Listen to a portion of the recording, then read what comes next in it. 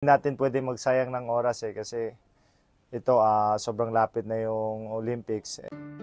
Isang araw lang ang tinagal ni Yumi Marshall sa Metz, France. Kaya sandali lang din nakumpleto ang Team Philippines Boxing.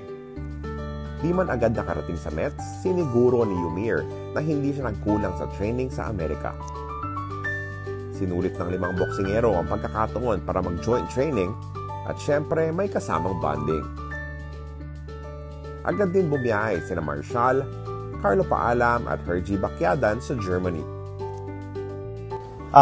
Usually yun naman talaga ginagawa namin and excited din po ako na mag-training dahil ngayon ko lang ulit na makasama yung mga teammates ko kasi naghiwalay kami ng training camp and kanina umaga yun lang din yung time na para magsama-sama kami ulit kaya ayun nag-training ako kagad and kailangan din natin pwede magsayang ng oras kasi ito sobrang lapit na yung Olympics. Yung training kasi noon very important yun dahil para bumalik agad yung time ng body time ko kasi sa umaga training, pahinga and then mamaya training ulit.